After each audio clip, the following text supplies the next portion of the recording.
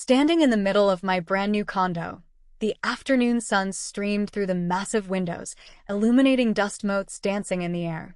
It was empty, just bare walls and gleaming hardwood floors, but to me, it was everything. A fortress. My fortress. After 15 years of relentless work, scrimping, saving, and sacrificing, Grace, had finally done it. I was in my mid-30s, single, and had just bought this place with my own money. A modern two-bedroom unit in a fantastic part of the city, close to my demanding software engineering job. It wasn't just property. It was tangible proof of my resilience, a monument to every late night, every skipped vacation, every cheap meal I'd eaten alone. My journey here hadn't been glamorous. While friends traveled the world, bought designer bags, and posted endless photos of their seemingly perfect lives, I was hunched over spreadsheets, coding until my eyes burned, living in a series of increasingly tiny, depressing rented rooms. I ate instant noodles more times than I care to admit, wore the same few worn-out outfits, and said no to almost every social invitation that cost more than a cup of coffee. My best friend Sarah used to sigh, "Grace, you're going to work yourself into an early grave for what?" For this, I'd reply, though this was a distant, blurry dream back then. I missed Sarah's wedding in Italy, because I couldn't get the time off during a critical project launch and couldn't afford the flight even if I could. That stung a lot. I felt the gap widening between me and everyone else. My family, well, they never really understood either. Or maybe they just didn't care. My younger sister, Chloe, was always the center of their universe. The princess. While I was expected to be responsible, make my own way, and cause no fuss, Chloe was coddled, bailed out, and celebrated for simply existing. When she dropped out of college to find herself, Mom and Dad funded her extravagant backpacking trip through Europe. When she decided selling handmade, artisanal dog leashes online was her calling and immediately failed, they covered her mounting credit card debt. My own achievements in a competitive tech field were met with a dismissive, "Oh, that's nice, dear. Your sister's thinking of starting a new business, though. Isn't that exciting?" A few years ago, my grandmother passed away. She was a quiet woman, sharp as a tack, who always seemed to see things others missed. In her will, she left me a modest sum of money, enough for a significant boost to my savings, but more importantly, she left her house, the family home I grew up in, jointly to Chloe and me. 50-50. At the time, my parents were living there, and I didn't need the money from selling my share. I believed in maintaining peace, and honestly, dealing with the logistics and emotional fallout felt overwhelming. So I let it be. I never asked for rent or pushed for a sale, hoping that one day, things would be different, that my parents would acknowledge my path and my rights. Grandma had pulled me aside once, not long before she passed, her eyes clear and steady. "Grace," she'd said, "you're the only one in this family who knows how to build something real. Don't let anyone take it from you." I didn't fully grasp her words then, but they echoed in my mind often. That inheritance, combined with a substantial bonus from a grueling high-stakes project at work that I poured my soul into for 6 months, finally made this condo a reality. I navigated the complex mortgage process, outbid other buyers in this insane market, and handled all the paperwork myself. It was hard, but every step felt like reclaiming a part of myself. I ran my hand along the cool, smooth wall, a soft smile on my face. This was mine. All mine. The security blanket I'd woven thread by thread. The silence of the empty condo was shattered by my phone ringing. Mom. Her voice was syrupy sweet. "Gracie Bear, are you free Saturday? Your father's having a little birthday get-together. Nothing big, just family. And we have a little announcement." A knot formed in my stomach. An announcement? "What is it, Mom?" "Oh, it's a surprise. Just be there around 6. And maybe bring one of your famous apple pies." Her tone shifted slightly, a hint of expectation, or perhaps something else I couldn't quite place creeping in. I agreed, though my heart felt heavy. A family announcement involving Chloe usually meant trouble for someone else. And the way she asked me to bring a pie, it felt less like a request and more like an instruction, a subtle reminder of my expected role. I hung up and looked around my quiet, safe space. What was waiting for me this Saturday? I had a terrible feeling I was about to find out. The days leading up to Saturday were a blur of work and unpacking boxes in my new place. Every time my mind wandered to the upcoming dinner, I felt that familiar clench of anxiety. Family gatherings at the old house were always fraught with unspoken tensions and the ever-present spotlight on Chloe. I remembered vividly turning 21. While most of my friends were out celebrating, I was working a double shift at the campus library and then coming home to study. Mom called, excitedly telling me about the brand new car they'd just bought Chloe for her 20th birthday, a year before she could legally drink, mind you, because she'd worked so hard on a school project. There was no mention of my birthday, let alone a celebration. Moments like that chipped away at you year after year. They weren't just about gifts. They were about validation, about seeing where you stood in the family hierarchy. And I was firmly near the bottom, the responsible one who didn't need fuss because she could handle herself, leaving more resources and attention for the one who supposedly couldn't. I tried to talk to Sarah about it on Friday. I have this feeling this family dinner is going to be something. I sighed into the phone, stacking moving boxes. Oh God, what is it this time? Is Chloe getting married again? Starting a new millennium? Sarah's voice was laced with familiar sarcasm. She'd witnessed enough of the family drama from a distance to be wary. Mom just said it's an announcement and Dad's birthday thing. But you know how these go. It'll end with me feeling like the Grinch. Just be careful, Grace, Sarah said, her tone softening. Don't let them pull you into anything crazy. Protect your peace. You worked too damn hard for it. I know, I replied, but hearing her say it reminded me just how much I had to lose now.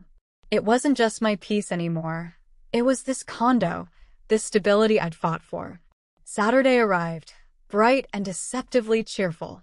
I decided against making a pie. It felt too much like playing the dutiful daughter role they expected.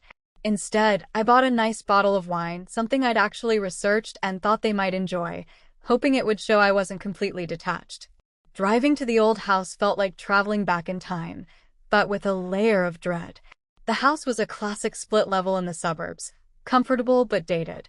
It held a million memories, good and bad, but mostly bad ones involving feeling lesson. Pulling into the driveway, I saw extra cars, aunts, uncles, maybe cousins. So much for just family. My stomach tightened. A public audience. Great. I took a deep breath, gripping the wine bottle like a shield. As I walked up the path, the front door opened. Chloe stood there, radiant, wearing a flowy dress that prominently showcased her belly.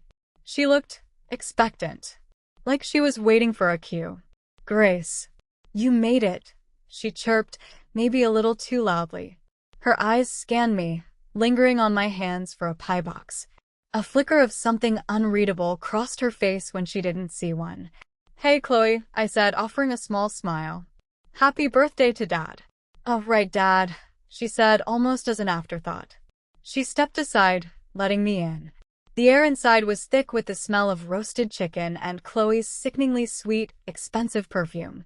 Relatives were scattered around the living room, chatting. Mom spotted me and gave a strained smile that didn't reach her eyes. Dad was talking to my Uncle Mike in the corner, his expression unreadable. I felt like a ghost entering a room where everyone else was solid. I offered the wine to Mom, who accepted it with a perfunctory nod. Put it on the counter, dear. No thank you, no real warmth. Just place it here, just like old times. Chloe guided me towards the kitchen, ostensibly to put the wine away, but I knew she had a purpose. Mason was already there, leaning against the counter, scrolling on his phone, looking bored but alert. So, Grace, Chloe began, her voice sweet but with an edge. Mom told us you bought a place? That's something. Must be nice to finally have your own space. The way she said something and own space made it sound vaguely contemptuous. I just nodded. It is. Mason finally looked up, a smirk on his face. Yeah, heard it's pretty big. A lot of room for one person. The knot in my stomach tightened further. The setup had begun. The dinner itself was a carefully orchestrated performance. Mom kept steering conversations back to Chloe and the impending arrival of the baby, how expensive everything was, how much space they'd need, the stress of finding a suitable place in the current market. Every comment felt like a pointed arrow in my direction. Relatives offered sympathetic noises to Chloe, while casting quick, curious glances at me. I ate quietly, participating minimally, observing the unfolding play. Dad was mostly silent, but his posture, his tight jaw, signaled his alignment with Mom. After dinner, everyone gathered in the living room for dessert and the announcement. I sat on the edge of the sofa, feeling exposed. Chloe and Mason sat together, holding hands, looking like fragile porcelain figures ready to shatter. Mom and Dad stood behind them, hands resting protectively on Chloe's shoulders. The atmosphere was thick with anticipation. Mom cleared her throat, a bright, fake smile plastered on her face. First, a toast to your father on his birthday. Glasses were raised, polite sips taken. Now, she continued, her voice softening dramatically, as you all know, Chloe and Mason have some incredibly exciting news about the baby. But it's also been a stressful time. They're looking for a new place, a stable home for their little one. Her voice trailed off, building suspense. Then Dad stepped forward, his voice booming slightly. And as a family, we support each other. Grace, he turned to me, his tone suddenly stern. Your mother tells me you've recently purchased a sizable condo. Much larger than you need, living alone. My blood ran cold. Here it was. The ambush. Mom jumped in, her voice dripping with manipulative sweetness. Yes, Grace. Isn't that wonderful? And Chloe and Mason are in such a difficult position right now. The market is just dreadful, and they need so much space for the baby. She paused, letting her words hang in the air, letting everyone connect the dots. Chloe looked up, her eyes wide and glistening with perfectly timed tears. Grace, she whispered, her voice trembling slightly. We're so desperate. We don't know what we're going to do. We need help. Mason spoke next, his voice deceptively calm but with an underlying hardness. We know you worked hard for your money, Grace. But you're family. And family helps family, right? We were thinking, since you have all that extra space, maybe we could stay with you. Just until we get back on our feet? A few months, maybe. A few months. In my $500,000 condo. Rent-free. While they continued their lifestyle of luxury they couldn't afford. The sheer audacity took my breath away. My mind flashed back to the years of ramen, the worn clothes, the missed moments, all for the security this condo represented. And they wanted me to just hand it over? I forced myself to take a deep breath, trying to keep my voice steady. Chloe, Mason, I understand you're in a difficult situation. But the condo, I bought that for myself. It's my home, my security. I worked for 15 years for that down payment. It's not a hotel. Mom immediately swooped in, her hand on Chloe's arm, her face hardening. Grace, how can you be so unfeeling? Your own sister, about to have a baby. They just need a little help. Dad's face was red. Yes, Grace. We taught you to care about family. This is what family does. You have more than enough space for them. More than enough? I echoed, a bitter laugh escaping my lips. I worked myself to exhaustion, missed major life events, lived like a pauper to get this more than enough. Chloe has lived a life of luxury funded by you and mounting debt. Why is her irresponsibility my problem? Chloe burst into loud sobs, burying her face in Mason's chest. Mason glared at me, his eyes cold. She's pregnant, Grace. The stress you're causing her could harm the baby. That line. Using the baby as a weapon. It was low, even for them. Don't you dare use the baby to manipulate me, Mason, I said, my voice quiet but firm. This is about you and Chloe living way beyond your means and expecting me to bail you out with my hard-earned life savings and my home. The room fell silent, save for Chloe's theatrical sobs. The relatives watched, some looking uncomfortable, others looking openly disapproving of me. I was the villain. Mom stepped away from Chloe, her eyes blazing with a fury I rarely saw directed at me, but reserved for anyone who dared to criticize her precious daughter. She walked towards the table where the birthday cake sat, her eyes locked on me. You have changed, Grace, she said through gritted teeth, her voice shaking. You are not the daughter we raised. You are selfish. You are cold. You only care about money. Before I could even formulate a response, before the thought fully registered, she grabbed the cake. It was a large, elaborately decorated chocolate cake, meant to be the centerpiece of the celebration. In one swift, furious movement, Mom lifted it. Time seemed to slow down. I saw the glint in her eyes, the set of her jaw. I bracing myself instinctively, but there was nowhere to go. Splat.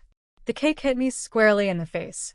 Chocolate frosting, rich and cold, smeared across my forehead, dripped down my cheeks, coated my eyelashes, filled my ear.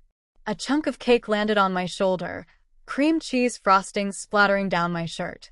The sickly sweet smell filled my nostrils, mixed with the bitter scent of my own humiliation. It wasn't just food. It was a physical manifestation of their rage, their rejection, their total disregard for me as a person. The room went deathly silent. Every single eye was on me, standing there, covered in cake, dripping frosting onto the pristine carpet of the family home. I could feel the cold stickiness on my skin, the bits of cake in my hair. It was utterly, completely humiliating. Nobody moved. Nobody spoke. Not my father, who just stared with a grim, satisfied look. Not Chloe, who still had her face buried in Mason's chest, her sobs now muffled but continuing. Not the assorted aunts, uncles, and cousins, who looked frozen in shock, though some averted their eyes, unable or unwilling to meet mine. And then, through the mess coating my face, I saw Chloe lift her head slightly, just enough to look at me. And there it was. A fleeting, undeniable smirk playing on her lips before she quickly buried her face again. She knew. She knew exactly what this was. Not just a display of anger, but a public shaming, a final cut. Mom stood there, chest heaving, hands smeared with frosting. Her eyes were hard, devoid of any warmth, any recognition of me as her child. "Get out," she whispered, her voice low but carrying in the silent room. "You are no longer my daughter. Don't ever come back here." Dad nodded, his gaze fixed on me with pure contempt. "We don't have a selfish, ungrateful daughter like you." My chest ached. It wasn't just the physical mess. It was the impact of their words, the finality of being disowned in front of family. All those years of trying, of hoping they'd eventually be proud, of justifying their neglect. It all crashed down. I was nothing to them. Less than nothing. An obstacle to be removed. A resource to be plundered.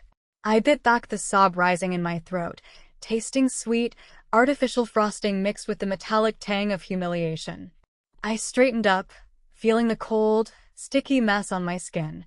I didn't say a word. There was nothing left to say. I turned and walked out of the living room, through the silent hall, and out the front door. I didn't look back. Each step felt heavier than the last, leaving behind the only family I had ever known, covered in the remains of their celebration, the symbol of their rejection. I got into my car, ignoring the curious stares of neighbors. The drive back to my condo was a blur. I pulled into the parking garage, went upstairs, and stood in the middle of my empty living room, still covered in cake. The silence here was different from the house. It was vast, empty, but it didn't judge. It was mine. I sank to the floor, the cold with a shock against my skin. The sobs I had held back erupted, raw and painful.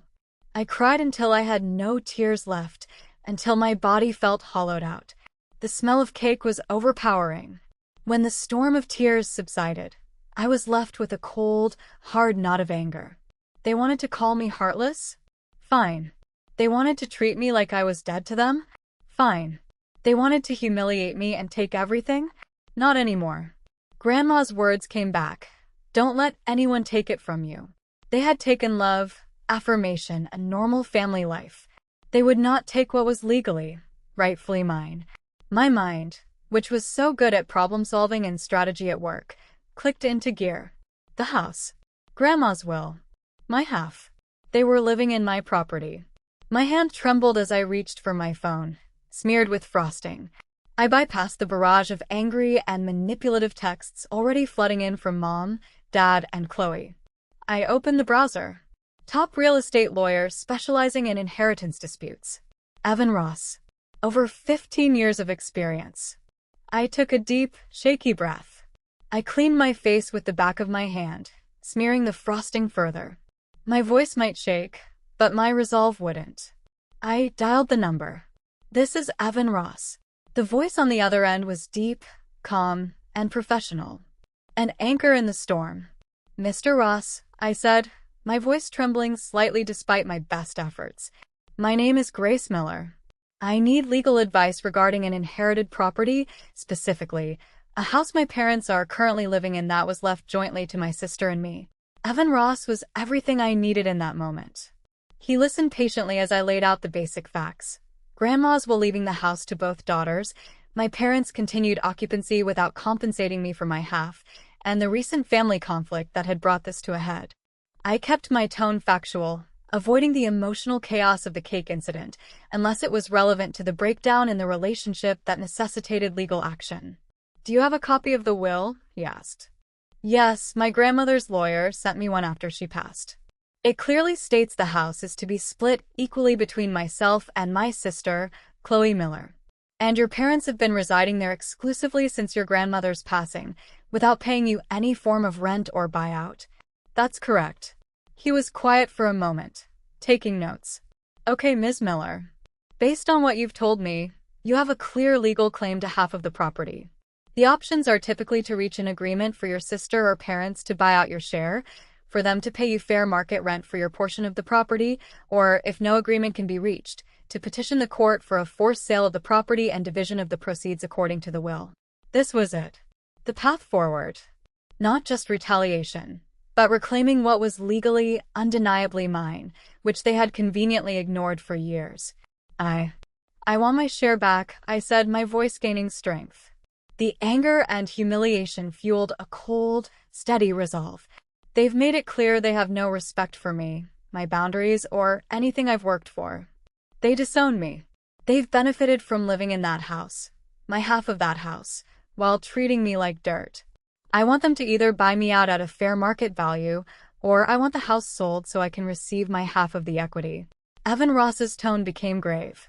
"Ms. Miller, pursuing a forced sale is a significant step. It will likely mean the end of any relationship you have with your parents and sister, if that hasn't already happened." "That relationship ended tonight, Mr. Ross," I said, looking down at the remnants of cake still on my shirt. "When my mother threw a cake in my face and told me I was dead to her, in front of my family, because I wouldn't give my home and my savings to my sister. There's nothing left to salvage. They took everything they could emotionally. I won't let them take what is legally mine as well." There was a brief silence. I sensed a flicker of something in his response, not pity, but perhaps a quiet understanding or respect. "Understood," he said. "We can begin by sending a formal demand letter outlining your claim and proposing the options for resolution, either a buyout by your sister or parents, or agreement to sell the property. We'll give them a reasonable time frame to respond. If they fail to comply or refuse, we will proceed with filing a lawsuit to request a court-ordered partition sale of the property." "Do it," I said, my voice unwavering. "Send the demand letter immediately. I'm ready for the next step, whatever it is." "Very well, Ms. Miller. I'll draft the letter and send it out within the next 48 hours. We'll take it one step at a time. You did the right thing by seeking legal counsel." I hung up the phone, a strange mix of dread and grim satisfaction settling over me. The legal battle was going to be arduous, emotionally draining, and likely incredibly messy. But for the first time, I felt like I was playing the game by rules they couldn't twist, with a champion in my corner who fought with facts and law, not manipulation and guilt. They had underestimated me for years, thinking my quiet determination was weakness. They were about to find out just how wrong they were. 48 hours later, an official-looking envelope with Evan Ross's firm name on it was delivered to the family home, the house my parents had been living in as if their undisputed kingdom. That evening, my phone started blowing up.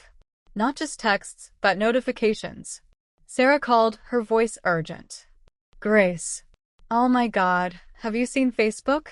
You need to look right now." My heart hammered against my ribs. I knew exactly what this was. They had received the letter, and they were fighting back the only way they knew how: public manipulation. I opened the app. Mom's profile picture glared at me. Her latest post was already exploding with reactions and comments. The post read, "It breaks a mother's heart to see what greed can do to a family. After everything we've done, our own daughter Grace is trying to kick her elderly parents and her pregnant sister and husband onto the street. She's demanding we sell the family home we've lived in for 30 years, just so she can get her hands on money she doesn't even need. Pray for us and pray for Chloe during this incredibly stressful time. Family should be everything, but sometimes it means nothing to the ones you raised.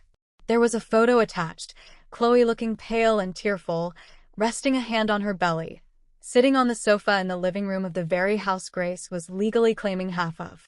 The comments were a firestorm. OMG, Grace is a monster. How could she do this to her poor parents? And her pregnant sister? Heartless. I always thought Grace was a bit cold. Disgusting greed. Shame on her. Praying for your family, Mom's name. Some children are just selfish. Even some distant relatives chimed in, adding fuel to the fire. Can't believe this is happening. Completely out of line.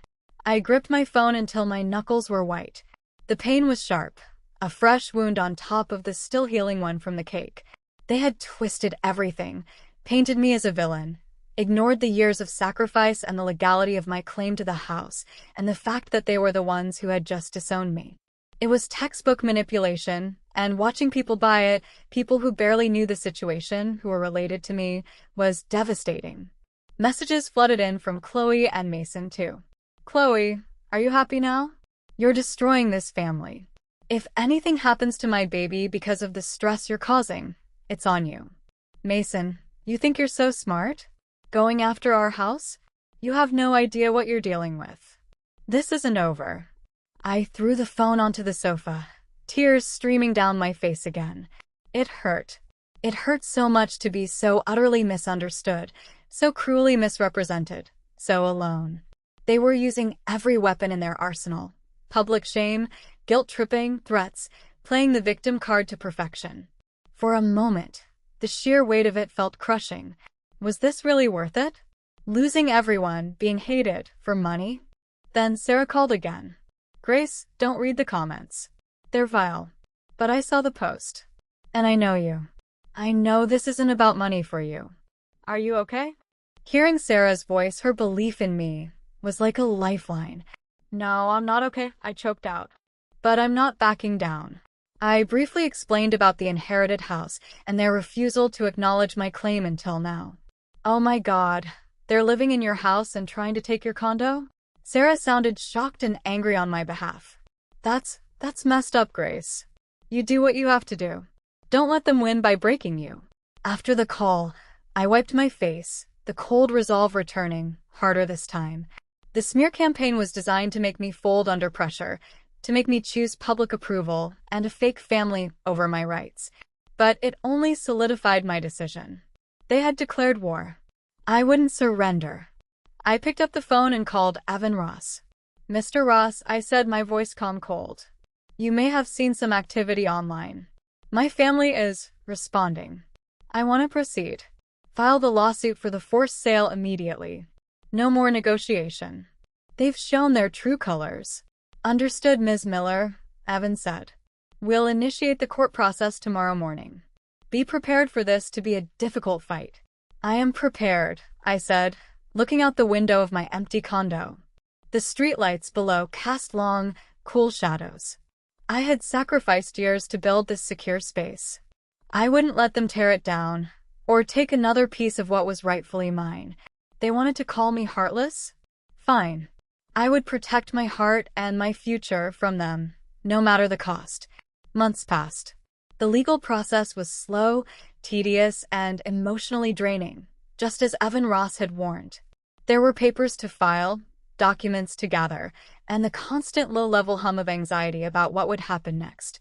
My family's social media campaign continued, though perhaps less intensely, painting me as the villain who was dragging her poor family through legal hell. I mostly stayed offline, relying on Sarah for updates when necessary, trying to focus on my work and making my condo feel more like a home. Finally, the day of the mediation arrived. It was the last chance for an out-of-court settlement before the case went to trial, where a judge would likely order the sale of the house anyway. Evan advised me that mediation was often less about compromise and more about laying bare the realities for both sides, especially when one side was being unreasonable. I dressed in a sharp, professional suit. I wanted to project confidence and seriousness. I wasn't there to beg or negotiate forgiveness. I was there to conduct legal business. I drove to Evan Ross's office building downtown. The conference room was neutral, sterile, a large table, comfortable chairs, water glasses. It felt impersonal, a stark contrast to the intensely personal, raw conflict we were there to discuss. Evan was already there, calm and collected, sorting through a thick file of documents. He wore a quiet confidence that was immensely reassuring. "Ready, Grace?" he asked, using my first name for the first time, a small acknowledgement of the personal nature of the battle, while maintaining his professional demeanor. "As I'll ever be," I replied, taking a seat. "Remember," he said softly, "stick to the facts. Let me handle the legal arguments. Don't get pulled into their emotional drama. This is about property rights and the will, not about who was loved more or who ate more instant noodles." He gave a small, dry smile that I appreciated. He understood. The door opened, and they walked in. Mom, Dad, Chloe, and Mason. They looked different. Thinner, maybe? Stressed? But the anger and hostility were still palpable. Mom's face was set in a hard line. Dad's jaw was clenched, his eyes darting around the room before fixing on me with a glare that promised retribution. Chloe, though visibly pregnant, looked less fragile and more resentful than at the dinner. The victim facade was still there, but cracks were showing. Mason walked beside her, looking sullen and aggressive. They sat on the opposite side of the table, putting as much distance between us as possible. They didn't greet me. Mom wouldn't even look at me directly. Mason muttered something under his breath that sounded like an insult. Evan cleared his throat, his voice cutting through the tension with calm authority. "Let's begin. We are here today to discuss the property located at address of the house. I'll just refer to it as the family home, as per the terms of the late Ms. Miller's will, which devised the property jointly to her granddaughters, Grace Miller and Chloe Miller." He laid out the facts. The will, the equal split, Grace's request for a buyout or sale.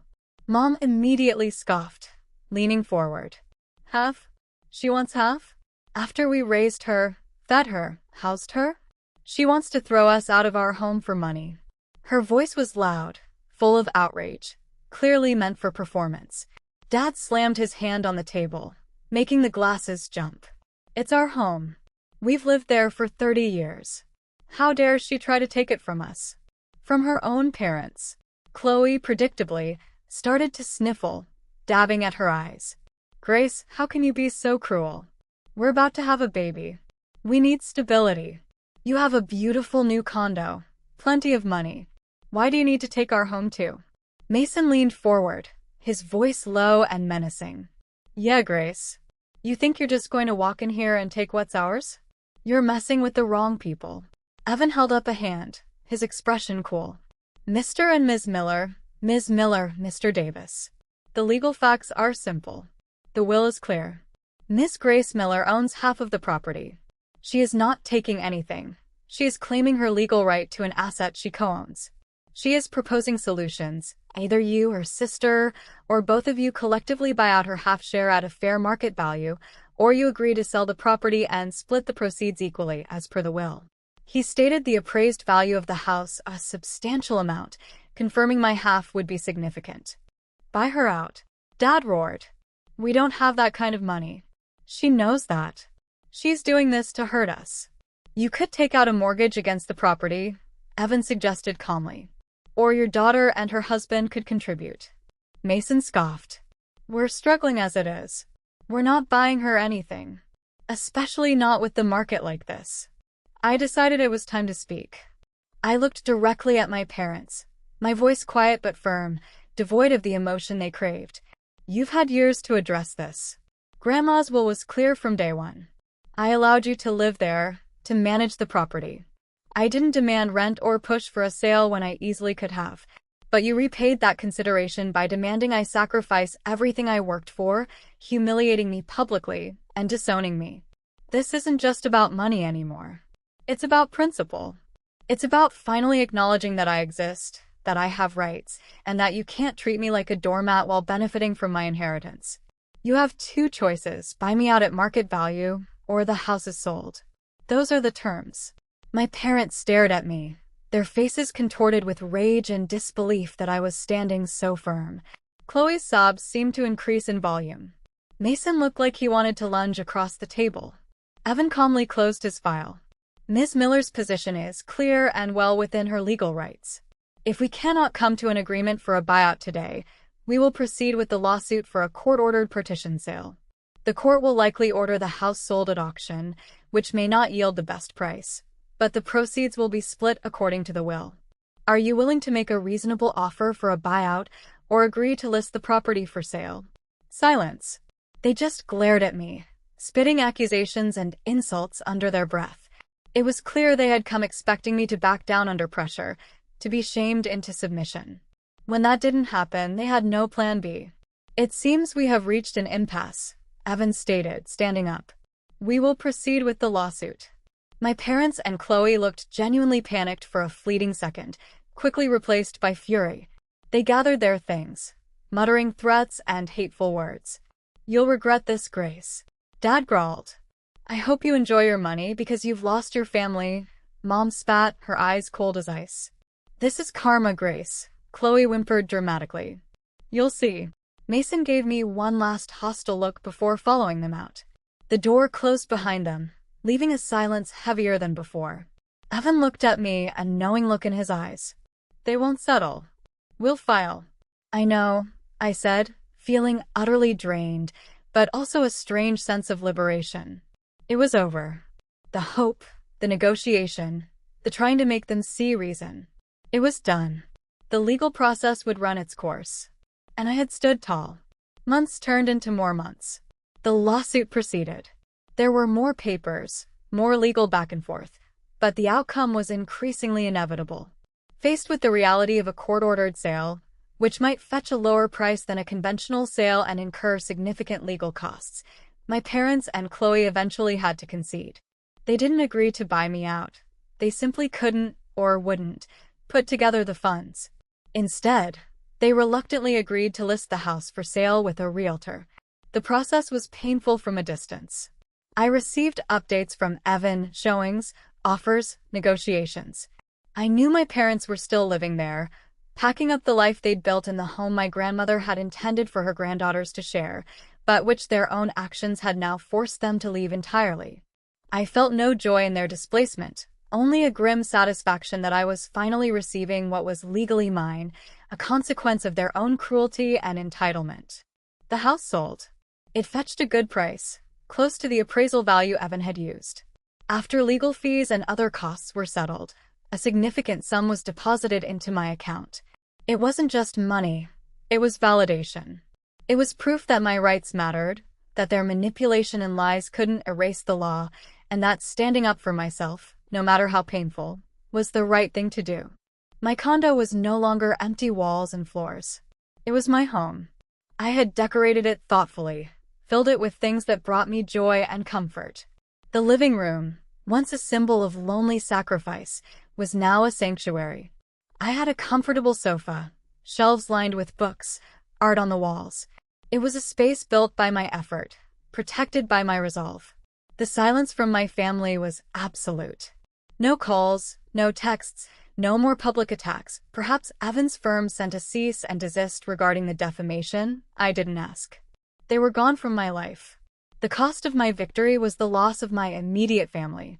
Holidays passed quietly. Birthdays were just another day, or celebrated simply with Sarah. It left an ache sometimes, a hollow space where a family should be, however dysfunctional they were. Sarah remained a steadfast friend, a reminder that not all connections were conditional or toxic. She celebrated my legal victory, understood the emotional toll, and simply was there. I sat by the window in my living room, looking out at the city lights stretching into the horizon. I had lost my family, but I had found myself. I had my security, my independence, and my peace. I had proven grandma right. I knew how to build something real, and I knew how to protect it. The scars from the battle remained, but so did the strength I had discovered within myself. I was Grace, and I was finally truly home.